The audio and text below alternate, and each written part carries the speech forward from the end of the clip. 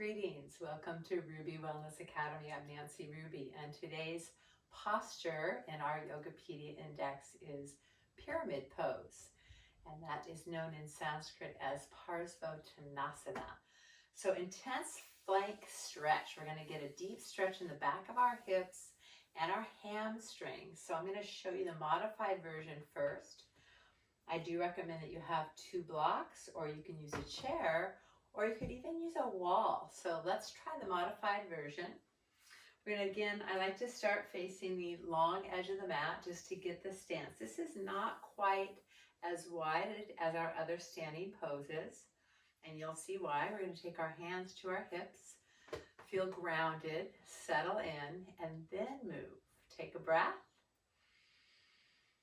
And as we exhale, we're going to turn our pelvis and shoulders to the short end of the mat and let the back heel turn out quite a bit. Now on this pose, we do want the hips evenly square. So if you go too wide, as we do in our Warrior One pose, the pelvis is going to be at an angle. It's just its natural biomechanics. So we're going to need to take a less wide stance so we can easily, without pulling on the sacroiliac area, square the hips. And we're going to lean into that back leg.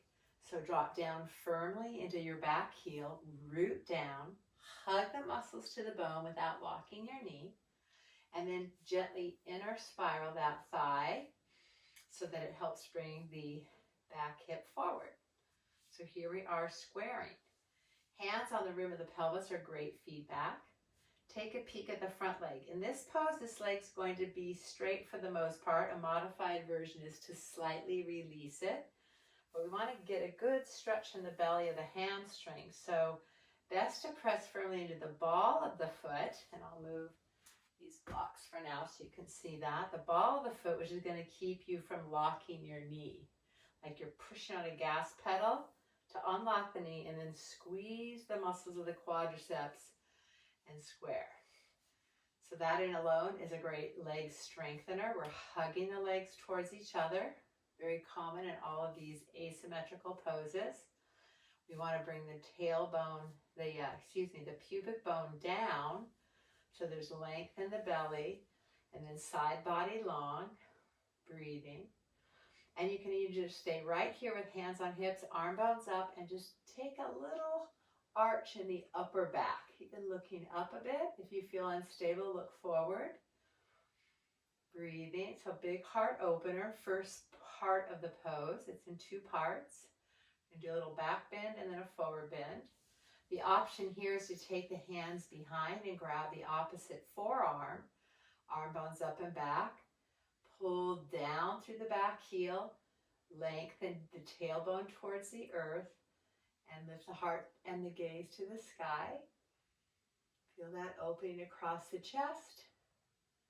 And then in its furthest expression, you take the fingertips together and bring into what's called a reverse namaste. So you might even start really low near your waist and eventually bring it up towards the shoulder blades. I'll show you that. So it's here. It's a lot of opening, the arm bones to the back plane. If you bring your hands behind you and your shoulders get pushed forward, it's better to go back down. Always keep the humerus to the back plane of the body and then collarbones expanded. Work your way in slowly so you develop functional alignment of the shoulder. So that's the first phase. And we'll come out into neutral again, and we'll take the second phase starting from the modified version, hands on hips. So they press into that back heel, keeping the front body long, hinge. So I like to think left hip forward, my back hip forward, front hip back staying square. Maybe soften that knee a little bit so you're lifting the sitting bones. You're hinging at the groin. My spine is fairly neutral at this point. And this is where the chair comes in. You can take your hands. I have my little assistant here.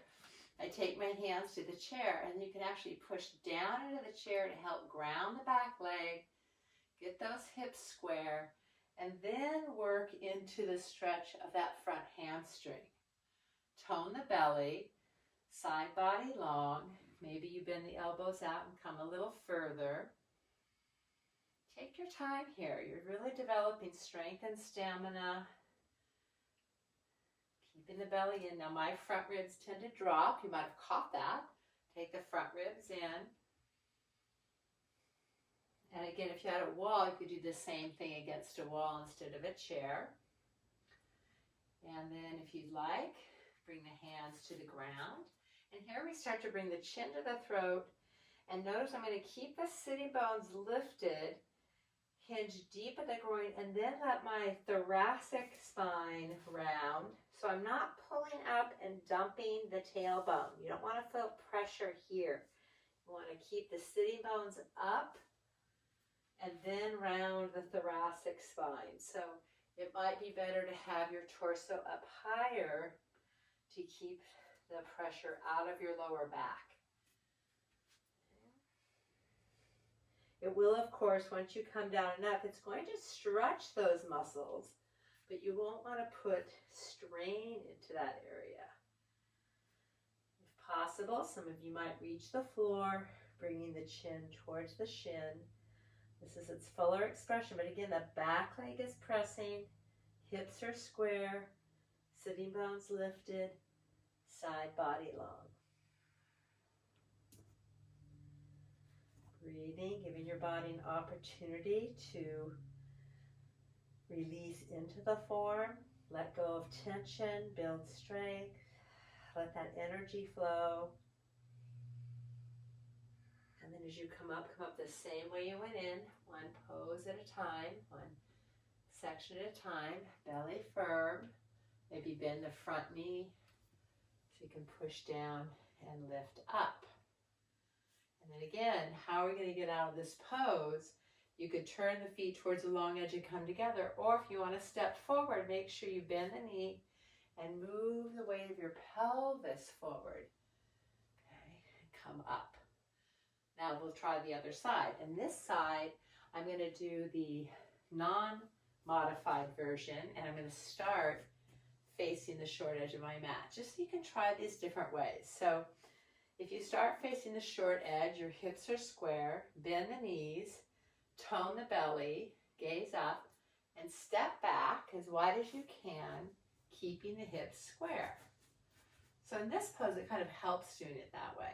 If you feel unstable, you may need to go wider, right to left, again, at least pelvic width apart. Press firmly into the back heel, lengthen the side body, and breathe.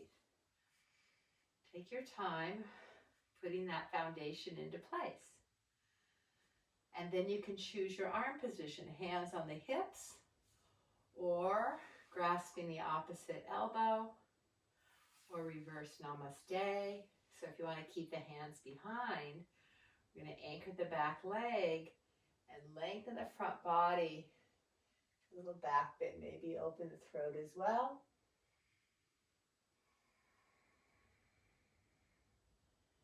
And then lifting the belly still. I'm going to pull my front ribs in to bring my head back around. So moving from my core, pushing into the back heel, keeping the hips square, tone the belly. So this is the furthest expression, keeping the hands behind me. You can certainly release the hands to the hips, the chair, the blocks, or the floor. This puts a balancing element into the pose. There's lots of work in my legs right now, keeping the shoulder blades hugging towards each other. Back heel is my anchor. Maybe soften the front knee if it's too intense on the hamstring. You want to feel it in the belly of the muscle, not the attachment at your sitting bone. And then to reverse it, lengthen the spine and then unhinge from the hips. Release the arms. Again, moving from center, stepping forward, and release. And enjoy that deep opening. Namaste.